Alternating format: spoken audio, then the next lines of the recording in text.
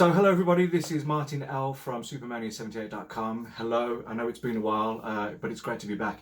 And look where we are, and more importantly, look who I'm with.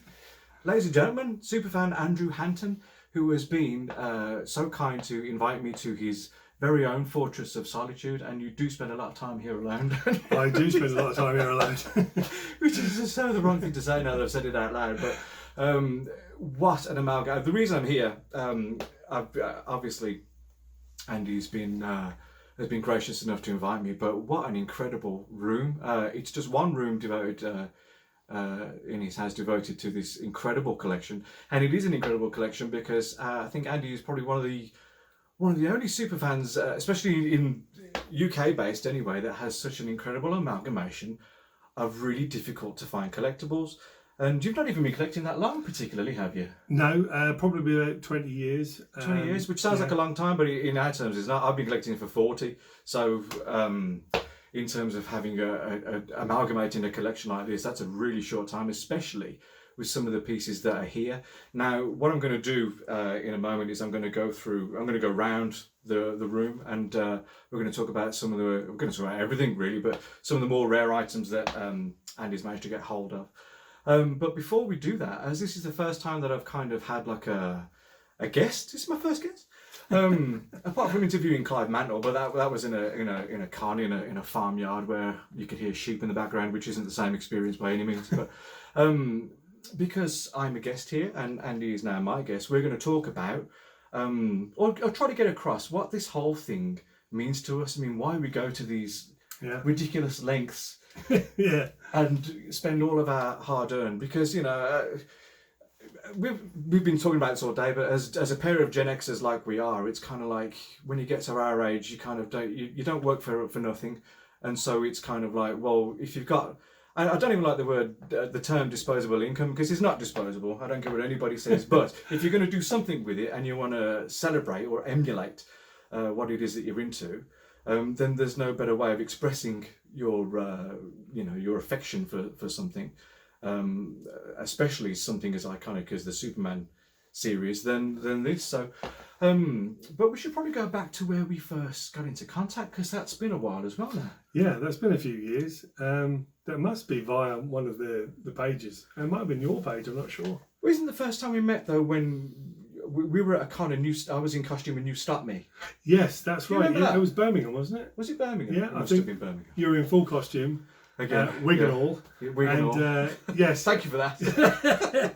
Yes, I did stop you and got some pictures with you, didn't I? Yeah. Yes. And I remember you made such an impression on me because Andy was kind of, I remember this very well, Andy was kind of looking at me like I was a classic car, or the way they, older guys, they look at Aston Martins and they assess you from the head down. He was looking at the wig and he was looking at the costume, and he was just like, a real connoisseur of the subject, and obviously seeing that, I was like, well, I'm dealing with somebody that knows what they're talking about here. And from that point onwards, I think we were destined to kind of kick off, weren't we? Yeah, absolutely. And I will always be eternally grateful to Andy, because London Film and ComicCon, which was what year now? Do you remember what year it was when Terry was there? I can't remember. Is it on the lanyard behind me? Probably. I think it's 2017, something like that. It was the only time that Terence Stamp has made himself available for a con for signing, and I don't think we'll ever see it again. Do you? No, I don't. Sadly, no. No, I don't think that's going to happen again. Anyway, I was in full cosplay as Superman in London, and it was so poorly organised that they hadn't yet announced when Sarah and Terry were going to be having their photo sessions. And so I had queued up downstairs in the main gallery. Anybody who's been to London Film and Comic-Con will know what I'm talking about. It's an absolute free-for-all. It's just, it's a total nightmare. Yeah. Thousands of people there, obviously pre-COVID and whatnot. It was just an absolute cluster. And I was waiting in a queue, about 50 people deep, to try and find out where this photo shoot was going ahead. I eventually got to the head of the queue and I asked where this photo shoot was going ahead, and the person behind the counter just looked at me and said, "Oh, you're in the wrong queue, mate, you need to be around the other side." As I went round the other side and saw there was at least another 100 people there, I just started to despair, and I was going to tear my wig off and stamp on it. And then I got a phone call from this man here to say, "You got to get up here, mate, because Terry and Sarah are doing their photo session now. He says, but there's a catch. He says they're only taking cash, and it was £70 a session, wasn't it? Yeah. £70 a session. That's how crazy we are. And they're only taking cash, and I didn't have that much on me because I'd been, throwing it around all day long up until that point, and so I had to borrow money from Alexi to get to that shoot, to have it done. And if it wasn't for Andy calling me up and saying they're up here, I never would have found it. And it's probably one of my most precious possessions. We've been talking about precious possessions all day, haven't we? But that shot of me together with Terry and Sarah, and again later on with Terry on his own. When's that ever going to happen again? Do you know when that's going to happen again? I don't think I know that's going to happen again. And I remember, not only did he do that for me, not only did he save me that way, but later on the same day, after we'd taken the photos, we were trying to get into the queue to get Terence Stamp to sign autographs for us. Now, anybody who's got Terence Stamp's autograph, you'll know that it's just a T and a bit of a dash, and it's like I don't want to talk about the quality of what autograph is, but it's Terence Stamp, so you can't turn something like that down. And I'm standing there in full Superman regalia, and this person that's heading the queue is arguing with me, saying that you can't join the queue, he's full, there's no way of getting in, and there was nobody else around. I couldn't understand, and so I was about to tear my wig off and have another tantrum. And then who should show up but this guy, loaded up like a camel. You had poster rolls under your arms and a rucksack, and you had all this crap dangling off him. And then I remember Alexis saying to me, why don't we just ask Andy to get it for us? And I was like, oh my God, yeah. Do you think he will? And I said, well, let's go and ask him, because that's Alexis Lambley Steele all over. He's like, you don't ask, you don't get. And I said, well, let's go and ask him. And sure enough, we approached you, didn't we? Yeah. You seem happier to see us I'm absolutely. We were happy to see you than you were to see us, I should say. And then, he got us both signed 10x8s, and I absolutely guarantee that would not have happened were it not for you showing up. So I'll always be grateful to you for that, because it's got to be my pleasure, mate. It's got to be like the prize of any collection, that is. Because as I say, I don't think it's coming back. I really don't. I think according to Sarah, it's scared him to death. I think the sheer volume of people kneeling before him that day. Do you remember seeing all those people? Yeah. People were just dropping to their knees, kneel before Zod. And I mean, he was loving it. But he's an old boy now, isn't he? He's 80. Yeah. I mean, he was in his 80s back then, wasn't he? Yeah. So it must have been overwhelming. I I remember when I met him, I should, if Sarah Douglas, for whatever ridiculous reason, ends up seeing this, I still really want to apologise to her for the fact that when I was waiting in the queue, Terence Stamp fixated on me because I was dressed as Superman, and he gave me the Zod look, and I was just like, ooh, and I kind of, when the time came for me to have my picture done, I completely bypassed Sarah, and she was like, "Oh, no, nice to meet you," and I was like, "I'm so sorry, but like he's staring at me, so I've got to go and say hello." And what a day! What a day that was! That was a good weekend. What a day, and so rewarding for a Superman. I mean, there were some serious hardcore Superman fans there. Some were cosplaying as Zod and all sorts, as I recall. Yeah. But I remember coming out of the queue at the other end with my photo with a pair of them. I was, like I won the World Cup or something. It was. It means a lot to people, and especially to us. It was a very gratifying day, wasn't it? Yeah. Because it just doesn't very happen. I mean, this is something else we've touched upon today. It's like, we spoke to somebody today that just started watching all of the Marvel films, and it's funny to hear people talk about that kind of stuff, because as proper old schoolers, where all this kind of, the momentum for all this kind of thing started with the Superman films. Yeah. And it really did. I mean, there's just, were it not for Superman the movie and the subsequent sequels, you wouldn't have Iron Man. I mean, there just wouldn't be and nobody would devote a budget to it, would they? No. It just wouldn't happen. Mm-hmm. And we're quite happy with where we are with our lot, because it's I think even after 40 plus years, and I say this in every YouTube video I do, even after 40 plus years, it still resonates, doesn't it? Yeah. It's still as powerful. It still pushes the same buttons, hits the same notes, and I think it probably always will. I think so, and I find that when I watch the movie, and I've seen the movie, God knows how many times, those emotional moments still hit you every time. Every time. No matter how many times you've seen it, and you know it's coming, you know it word for word, and it still hits you. And that says something to me. It does. That means something to you. I think when I always think about Margot, God rest her soul, when you hear stuff like that, because she always used to say that it's like Wizard of Oz, and it'll work, and it'll always work because it has that same kind of quality. And I didn't really know what she meant up until recently, but it really does. It has that longevity, doesn't it? Yeah. You can put it on in 100 years' time, and just like you describe, all those emotional punches. I mean, like the death of Jonathan Kent. I mean, nowadays with something like that, well, take Man of Steel for example, if you really must, but the kind of the way that was done, the subtlety of that, because you watch a man die. Yeah. Do you not? Yeah. And he dies in such a fashion that it's not gratuitous and it's not violent. It's just the kind of like, it's how you imagine that death would actually be. Because at that very moment, Ford plays it so well, where he feels up his arm and he's not saying oh no because he thinks he's doomed. He's saying oh no because he thinks this is it. Yeah. And I'm about to lose everything, and I know I'm about to lose everything. Yeah. And just as he goes to go, he goes down, and I've got goosebumps here. I'm choked up talking about it, and that, folks, in a can this is what Dick Donner, Tom Mankiewicz, Jeff Unsworth, Christopher Reeve, Glenn Ford, sorry. This is what they did. This is the indelible impression they made upon us. Absolutely. This is the reason, ultimately it's all possessions and it's all kind of superficial, but that's what it's really about. Yeah. I mean, you'd agree with that, wouldn't you? Oh, absolutely. The emotional connection to it. From the first time I saw the movie, it just affected me as an 8-year-old kid. It just affected me, and it did in the sequels, especially Superman 3, because my dad took me to see that at the cinema, because I never got to see Superman the movie on the big screen until the 40th anniversary. Oh, right. So I always saw it on the TV. Yes. So number 3 has a special place in my heart, because my dad took me to see it on the big screen. Yeah. But even that movie, the original movie, number 2, and even 4, they always hit a chord with me in my heart. Yeah. Not like the new stuff does. It just doesn't have that chord with me.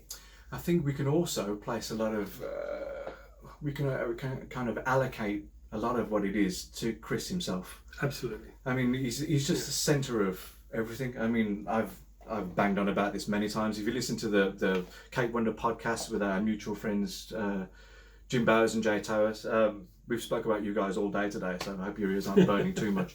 But it's Chris that makes all this work. It's just because. And it's kind of hard to quantify, really, isn't it? Because we know that there is an American actor that had come up through the ranks and had got the part, so we can make that distinction.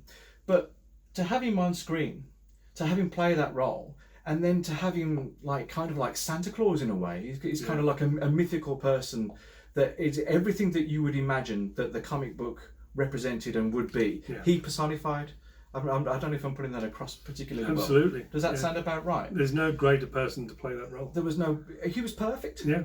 I mean, whether he agreed with it himself or not, especially in later years when he kind of tried to escape it all, that might have been something different. But for, to be 24 years old and to have that look like Kurt Swan himself had drawn him, and, to be so committed to the part that he went out and he put all the muscle on. I mean, I recently heard, I think it's a podcast by Nick Maley, who I think was involved with doing the muscle suit for him. I asked him for a picture. I've done everything I can to try and get a picture of this thing to see if it's not mythical, but apparently it did exist. And they put it on Chris for the first time, bearing in mind Chris was I think he was less than 15 stone at the time. He might have been about 12 because he was 6'4" and I think he was 120 odd pounds anyway. He objected to the thing so much, he says, nobody's going to believe it. If people see that I'm wearing this thing, they're not going to buy the fact that I'm Superman, and I need to convince people. I mean, the tagline for the film was, "You'll believe a man can fly." You'll believe a man can fly. And if you didn't believe that he was real, how are you ever going to believe he was going to fly? No. And this young guy, this kid, this young actor, he'd already figured all this out.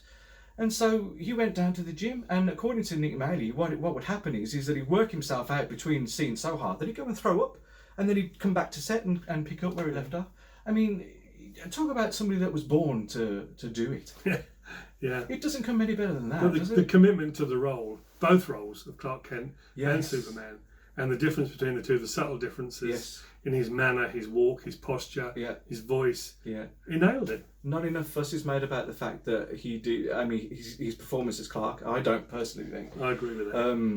You know, we all talk about that scene in Lois' apartment I where was just going to mention that. he goes from the body language of being stooped, and he's like, oh, okay, and then he kind of like does this, and then he takes his glasses off and he bounces them confidently, and then his voice goes, Lois, there's something I have to tell you, and then he shrinks again down into it, puts the glasses back on, yeah, I really was looking forward to it, and then he says, I was thinking maybe we'd go for a hamburger.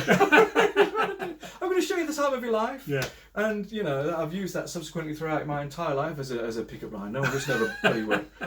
Anyway, the thing is that we could probably go on all day, couldn't we? Yeah, we could. We have. And off camera. If Andy lived 2 doors down from me, then this would become a regular thing. Unfortunately, you're 100 and you're across the entire country, basically. 2.5 hours away. 2.5 hours away. So this has been an absolute treat. But what we're going to do now is we're going to go around this amazing collection, because as I'm looking around, what's really nice is that it's a kind of a postcard, really. It's a very personal recollection. It's all of Andrew's encounters with all of the all of the stars from both the movies, the Lois and Clark TV show. You've even got some Supergirl. You got Tyler. How do you pronounce that name? Herklin? Is it Herklin? Hoochling? I don't know. The new guy, the one from the TV show.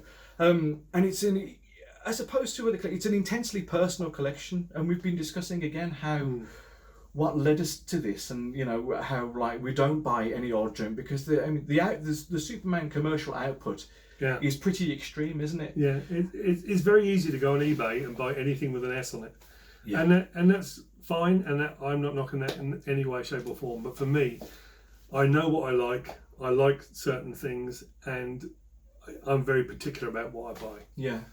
Now, which is true. But in my case, I'm a complete. I do it to the exclusion of everything else. See, for me, it's the movie series to the exclusion of everything else. I only collect the Chris Reeve stuff. But as I look round, there's, you're going to see in a second. But there's a George Reeves figure here that is simply beautiful. There's a lot of the DC Direct offerings that the pictures never do them justice for, and it all ties in so well, doesn't it? It looks terrific. Yeah, I am really pleased with this room, because I had a vision before I moved to this house of how I wanted this room, and it's basically what I envisaged years ago. It is exactly how I wanted it to be, and I worked very hard on it. And again, like you say, it is very personal. It's not to everybody's taste, but it's my fortress of solitude. This is where I sit. And I sit here, I play the movie on my laptop or the music, and I just look around. Yeah. And I just enjoy everything that I have, and that for a collector, that's priceless. Yeah. Priceless. And it's not. Let's face it. This line of collecting, it's not for cynics anyway. But having said that, people sit here and they talk about Star Wars until and we could too. It's not like we don't have love for everything. For me, everything kind of starts in '75 with Jaws, and it's kind of done by '89 with Batman. And in between those two kind of barriers, I don't really have much to do with outside of it.